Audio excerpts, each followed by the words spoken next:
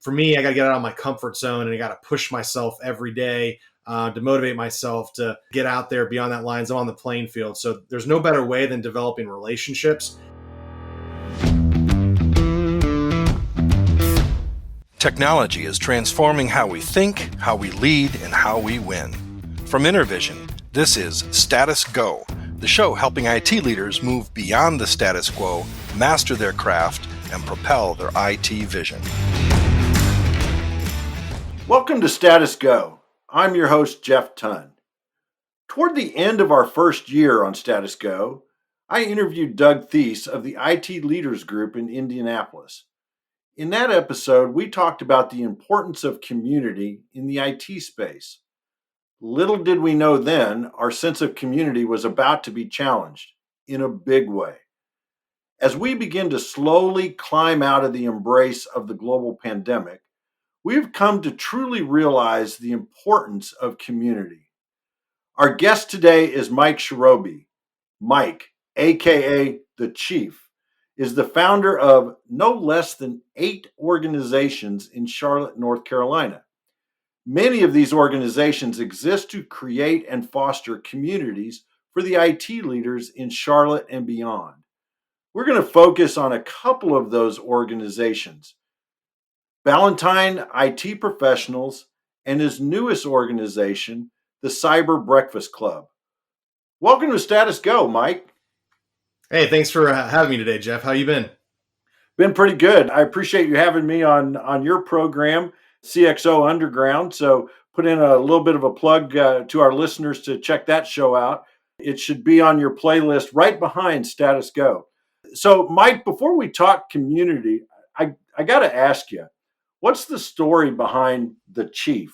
The Chief, yeah. Well, we were talking about names, right? How people butcher names. And if you've done anything well, whether good or bad, right, people get nicknames. My dad actually has a nickname. My grandfather has a nickname. So it's kind of a family tradition to get one. I ended up getting mine in college. I played college football at John Carroll University in Cleveland, Ohio. And my freshman year, one of the seniors nicknamed me the Chief. It was just kind of the way that I played, and I don't know if they necessarily could say my last name, but hey, it was one of my Italian buddies from Chicago. So hey, I think if you're in Chicago, you probably have a nickname. So I got the Chief. That's pretty cool, and it stuck with you. Absolutely, still stuck with me. And then running my own business. One of my businesses, right, that you talked about is called Shotgun Editing Company. It's a consulting firm for cloud services and network services. And when we thought about the name, my great-grandfather was a butcher in Pittsburgh, Pennsylvania. So it's kind of homage to him. As I was visiting my grandparents, they were always watching John Wayne Western movies. So when I started the business, like, hey, consulting, what's kind of a neat name out there? And that's where Shotgun Editing Company came. And I just started talking about the Chief. And it's funny, all my college friends started like pinging me on LinkedIn, like they didn't know who Mike Charobee was, but all of a sudden they see this Chief thing, like they know who I am. So we had a lot of nicknames in college. There's guys too. I don't know their probably full names. I know them by their nicknames. So that's pretty funny. And I was going to ask the story about Shotgun Eddies too. So I'm glad you shared that. Take us on more of your journey. What led you to this point in your career? Well, it's just a combination of everything, right? I was kind of the kid that had the lemonade stand out in the neighborhood, right? So I think my entrepreneurial spirit has always been around that. I've always been in athletics. I've been multi-sports. I played football, baseball, and wrestling in high school. I had to sunset wrestling after a certain while because you had to pick one sport. You're the wrestler full year, or you were baseball and football. So I did that, but just always being there. I was also the kid in the neighborhood that was, hey, you want to play football in the backyard when kids actually played in the backyard? I was that kind of coordinator. I was always the connector, right? I wasn't always the best player out there, but I was able to kind of at least get people motivated enough to come meet for a football game or an event. So that's kind of where we're at today, right? Is events. How do you connect with other people? Just going through what I've gone through. My first job out of college was with MCI WorldCom, if you remember that name, or WorldCom. Oh, yeah. So I'm sitting there. I was in Cleveland, Ohio at the time. And with that, there's the crash of the .com business, right? So I'm sitting there, companies, stocks going up and up and up. Then all of a sudden it crashes, and going through several layoffs within 1 year really kind of gave me maybe a little bit of PSTD for corporate America, kind of looking out. So I've always been on kind of lookout from a business perspective. Maybe that was kind of my sign from the man upstairs. But I've always kind of be looking for the next thing, and being in technology, that's where you're at, right? Sometimes you hit a home run, and you're able to ride that technology out for 3 to 5 to 7 years. And sometimes you miss it. I've missed it before, and if you wait, guess what? There's something else that's going to come along. Yeah. Yeah. I love how you brought together the memory of being the connector in I'll call it sandlot football. I was a baseball guy, so we called it water tower ball. Oh, cool. Yeah. We always played underneath there was a field next to the water tower. And you're right. You always have that kid that brings the players together, right? They run through the neighborhood saying, hey, let's go play. And it's cool how you've taken that and created multiple businesses using that same model. I got to believe that this is just a perfect recipe for your businesses because you've been doing it your whole life. You've been the chief I know that you got that nickname in college, but you've really been that guy even since before that when you were a kid. A lot of gas and no brakes sometimes, though. And what what I've learned though too is you got to, just like the lemonade stand, it got kind of boring, right? Because all I was selling is lemonade. And if you think about it from a marketing and sales perspective, is like how many people really want just lemonade? Maybe if I had iced tea. At the time, I think Arnold Palmers weren't what they were marketed at. Maybe if I had the Arnold Palmer as the mixture too, then I've got you got three options there, right? Throw in maybe some cookies and stuff. But again, it's just kind of great lessons. But I'm super blessed in regards to my parents. That's really the reason why. My mom's a realtor out of Columbus, Ohio. She still is. Fortunately, in I think it was 2000, she was Realtor of the Year. So what a great year to come out and be Realtor of the Year in 2000. Yeah. So I really just genetics. My parents are both athletic. They're outdoorsy, but they're also in business. My dad's the same way. He's entrepreneur, salesperson. He's on the engineering side. He's the one who introduced me to computers. So first computer, I think we talked about it on my podcast, was Commodore 64. How can you not, So yeah. How can you go wrong with a C64, man? You got to have that. So I'd love to focus our conversation on two, or I'm not sure exactly the organizational structure. It might be three of your IT communities that you're involved in. Ballantine is about 10 years old now, as I recall. So why start a networking group for IT leaders in Charlotte? Well, that one was very much a selfish reason. So at the time, Charlotte was really kind of growing, and very similar to Indianapolis, right? You've got a big outer belt, and then you got the suburbs that kind of go around it. We're a little bit waterlocked, not as much as my friends in Cleveland. You can't go north, right? Because you got Lake Erie. Yeah.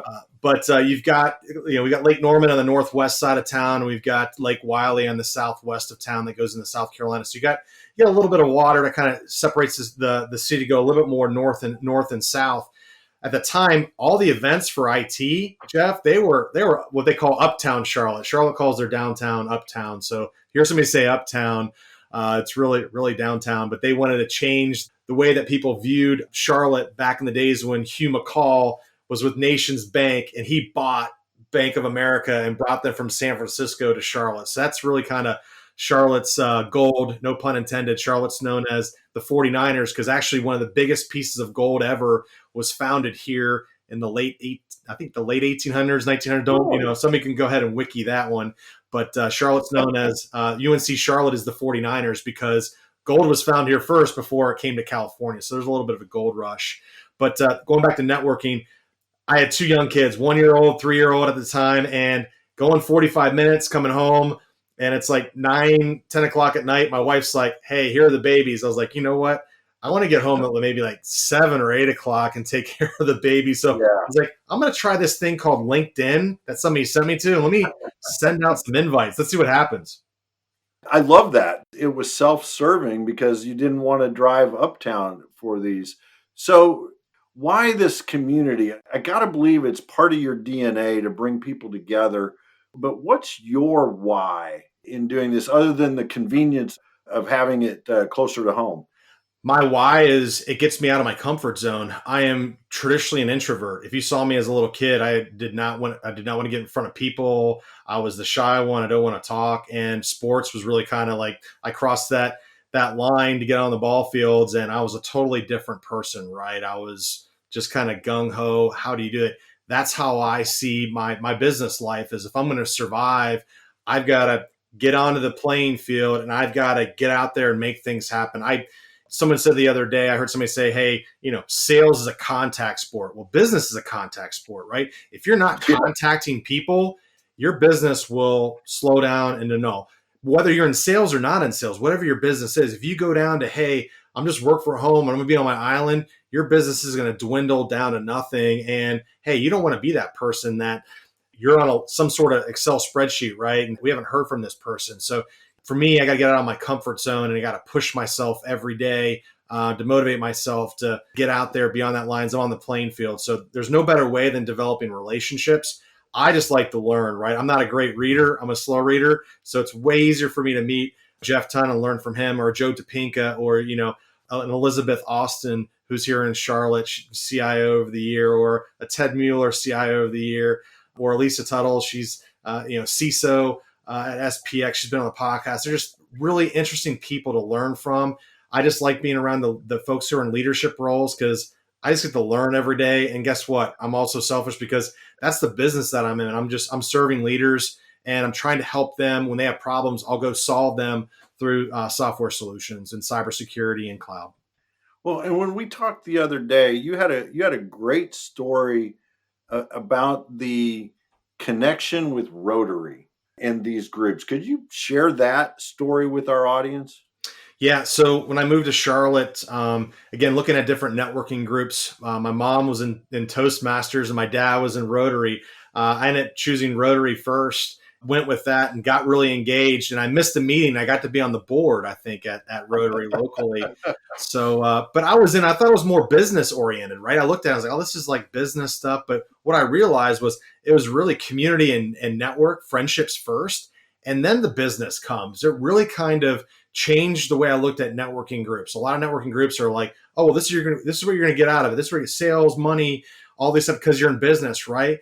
But really what it broke it down to, Rotary is about relationships. It started in Chicago, Paul Harris and those folks. And what they do is that, this, they would go around to each person's business in Chicago. And that's why it's called Rotary, because they would rotate around. The cool thing that they were doing that I never knew about is they were trying to eradicate polio. And Bill Gates and his foundation were doing, again, another wiki time for somebody to fact check me, but they would double or triple or, one for one, all the donations of Rotary because Bill Gates and Melinda wanted to eradicate polio, which what a cooler event to try to eradicate some sort of disease, right? So that really kind of, pulled on my coattails, but also you had local groups too. So you're part of the international group for polio and some really big things that you would see on a big frame. But what Rotary also do is like, hey, what locally do you want to do? So we would do a local charity every year. We would pick one, and then we would do an international one that we would do outside of polio. Like we would do a water project in, I believe it was Haiti.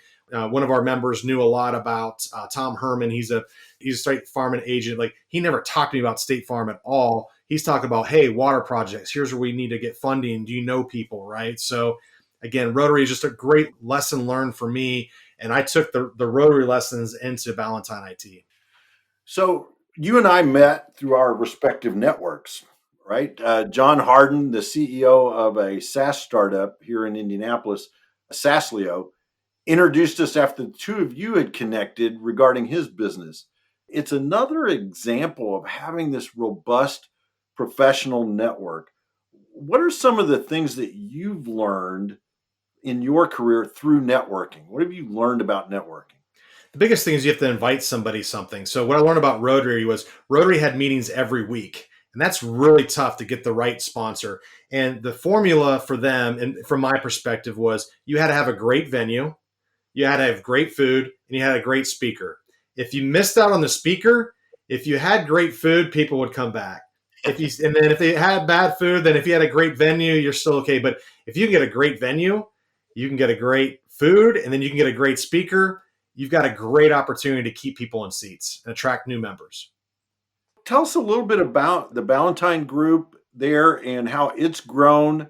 I know it's around 10 years old, but now I think you've spawned a second location or a second group out of that. So, how have you seen them build over time? And then, more specifically, how have you seen them build in the last year? Yeah, so it's been a little bit different, kind of a hybrid type of thing. Again, it goes back to kind of you got to be making connections to contact sport, right? There's not just one silver bullet that does it all. It really comes down to people, right? If you have passionate people that are there for a cause, like with anything else, then it's going to keep its energy and it's going to keep its momentum. So in the early days was Ballantyne had some new restaurants. So we went to what we talk about, right? A great venue, right? They also had great food, and then it was something new and exciting. So you kind of had that speaker, right? So that was kind of our formula in the beginning of the days. The unknown that we learned, the lesson learned there, Jeff, was LinkedIn. First meeting we had was in February of 2011, right? Yeah, because 10 years. We had 20 people at the first event. The next event was 40, and then it doubled again. And it actually came from LinkedIn. People were coming from LinkedIn, and I'm like, not that I knew everybody, but there was like, wow, who are all these people? I don't even know who these are. And it was because of LinkedIn in those days. People were really using it as a great networking tool. And it was kind of in its infancy. And what happened after that, what we learned was we were just meeting once a quarter. We kept it easy. We kept it soft. We kept it laid back. And we also asked, because we're in technology, right? You're in leadership roles. It's like if you're in sales, we kind of had a policy if asked, right? Don't come in there and try to pitch Jeff or pitch Joe or pitch these people on sales. Build a relationship. Again, going back to Rotary, right? Build a relationship. And if asked, guess what? That's even better opportunity because they're passionate about maybe learning and maybe working with you. So that was some of the lessons learned there. And then over time, we saw the CIO role get really hot in Charlotte about 7-8 years ago. So some of our members said, hey, let's do a CIO roundtable at the Ballantyne Hotel. At the time, the Ballantyne Hotel, which it still is again, 4 or 5 star here in Charlotte. It's one of the premier properties, has an unbelievable golf course, and it's class A for corporate real estate in regards to business facilities. And it's kind of the gem on the south side of Charlotte. So it's what we call the technology corridor. We started that CIO roundtable again with a few small folks that were really passionate. And it came down to finding CIO leaders that wanted to share. They wanted to network, and they're willing to put their ego or whatever else on the side, but they wanted to teach and learn. And when you're able to teach people and help mentor people, that's why that group became really successful. And we've grown to over 200 members. And we added Lake Norman, which is on the north side of town. And then we also added at one time Asheville, North Carolina as well. So that group really, really, really grew.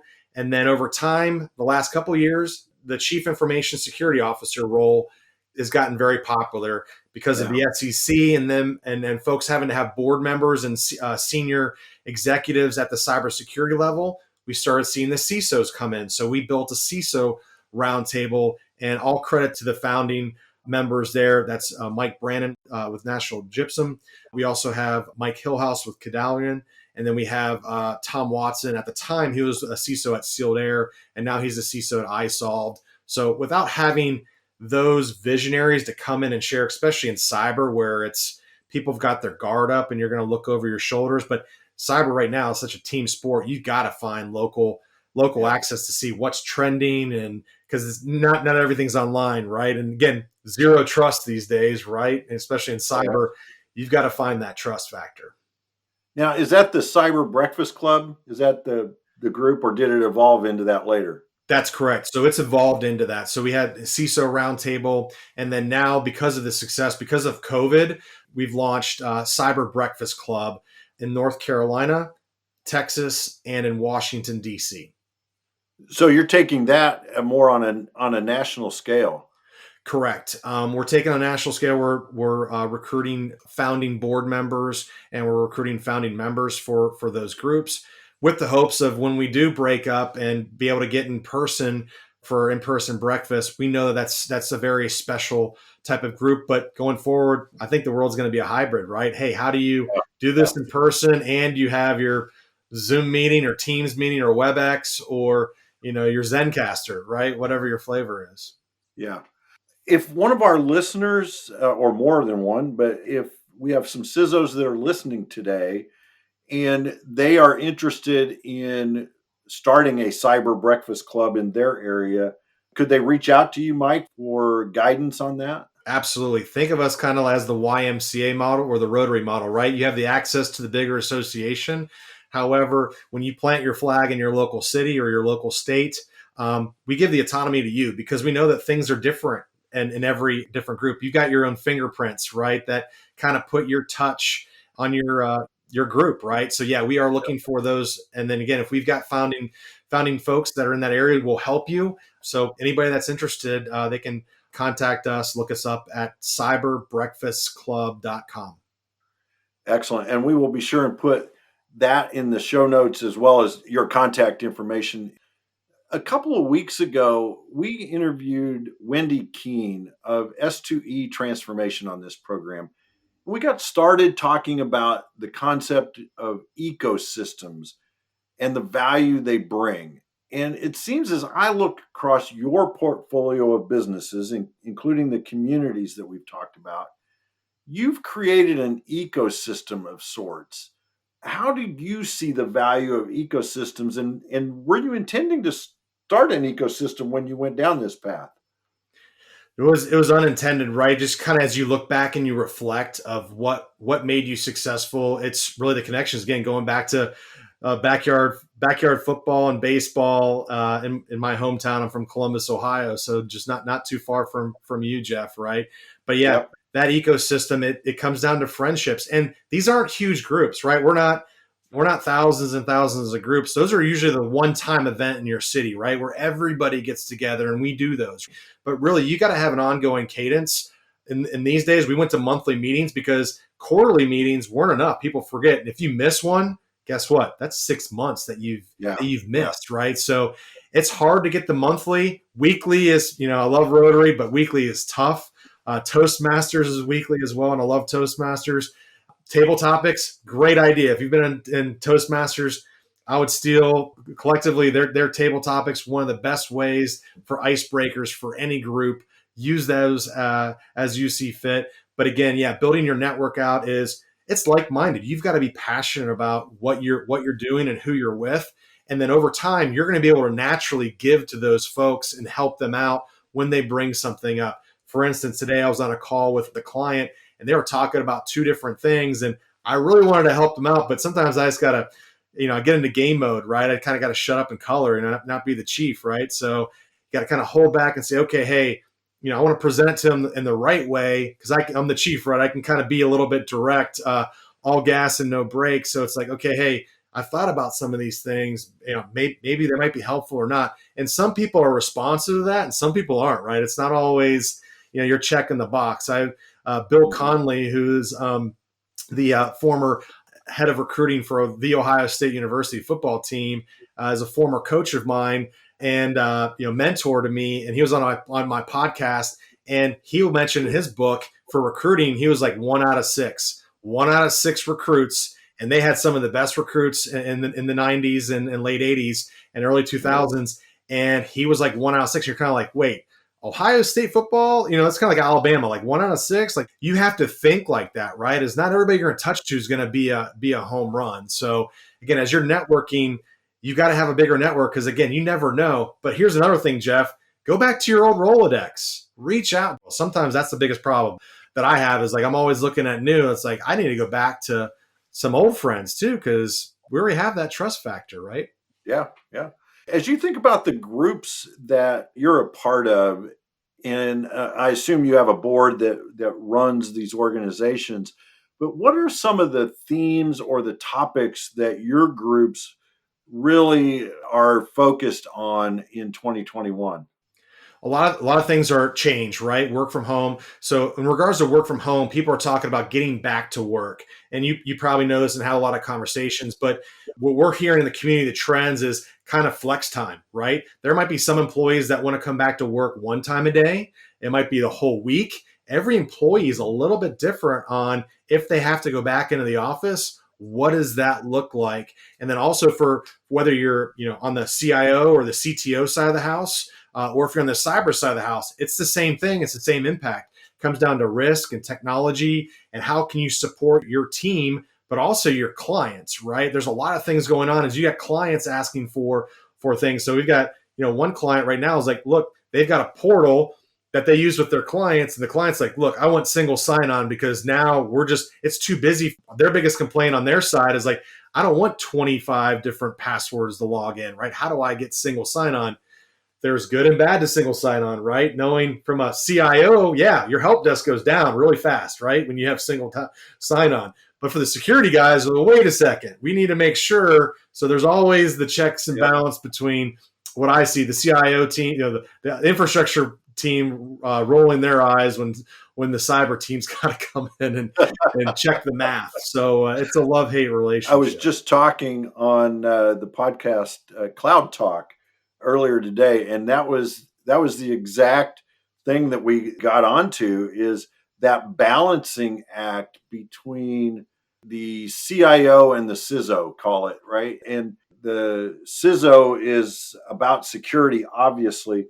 The CIO is trying to balance security with efficiency and ease of use and those kinds of tensions. And so I love that your groups explore that. I would imagine in your cyber breakfast club, you have a mixture of CISOs, but also CIOs and other IT leaders who are interested in that as well, correct? Yeah, one of the big topics there is CMMC, which is the cybersecurity maturity model compliance. The government just rolled out for military contractors. This is what our CISOs are talking about. Anything that goes to the government and the military will hit the private sector eventually.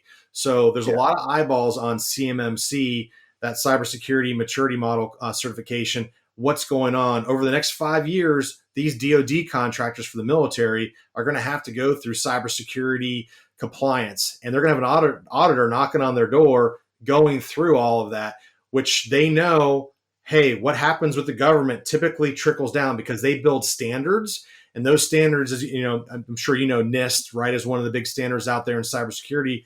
That all comes from the government, right? Usually it's the DOE. Some of the experts that we talk to, like if you listen to Mike Muscatel, is one of the experts here in Charlotte. He's with Krispy Kreme. He does a lot of the road shows with Secure World and some of the other cyber, but he'll tell you, hey, whatever the DOE touches, the stuff that I want to touch, because they're kind of king of the castle. You can't have the energy platform have any interruptions, right? So again, government is the trickle down effect. And again, as we have our eyeballs on those, the government has spent a ton of money on cyber, which makes us on the CIO and the CTO side of the house feel very comfortable, but also the cyber, it's getting the respect because the challenge has been the C-suite, right? The board's like, where is this really at, right? Where typically people don't want to put on a seatbelt until they get in a wreck. Well, sometimes that's too painful. Look at the obvious ones of Target, but SolarWinds was huge, right? On the CIO side of the house, that really impacted infrastructure, right? Because SolarWinds has been around forever, tried and true. Everybody's had that. That's just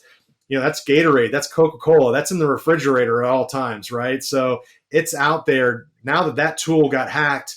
People they're checking the routines, right? Is okay. Hey, what do we need to do? But third-party risk, people are now watching their vendors. We had one CISO. They were watching about 100 different IT vendors, watching their risk through a third-party risk platform. One of their vendors got hit outside of IT. CEO goes, we're watching everybody. Now they're watching over 400 vendors. The challenge for the IT and the CISO teams, like, how are you going to manage watching all these vendors? But it really is risk, right? If ADP, again, some payroll company gets hit, they might not tell you for 2 or 3 months. I want to know as an entity, I want to know now if they got hit. So there's a lot of AI and cybersecurity, which that's all it is. There's no way you can catch up, right? So it's really cool where Terminator came back in the 80s, which I was a fan of. That's because HBO, we knew how to use my own hacking skills. I knew how to get HBO and watch Terminator, but that's where it really is AI. Cyber is all AI. You can't kind of build your own. Well, Mike, on Status Go, we are all about action. We like to leave our listeners with a strong call to action. What are 1 or 2 things our listeners should do tomorrow because they listened to us today? Number 1, reach out to an old friend. Reach out to somebody you haven't talked to and reconnect. and see what you can do, or maybe do some research, look on LinkedIn what they're doing, and see if there's a way that maybe you have a suggestion to help them out, or just ask some questions that are more than just the weather and family type things, right? So reach out to an old friend. And on the new side of thing, find a new friend or find a new networking group to join. Find something new that you're passionate about, because if we're all in technology, right, there's always something new that we have to learn. One of the big trends that we're seeing, Jeff, is chief privacy officers, because California has its own privacy laws. There's, again, round number 6 other states that have it.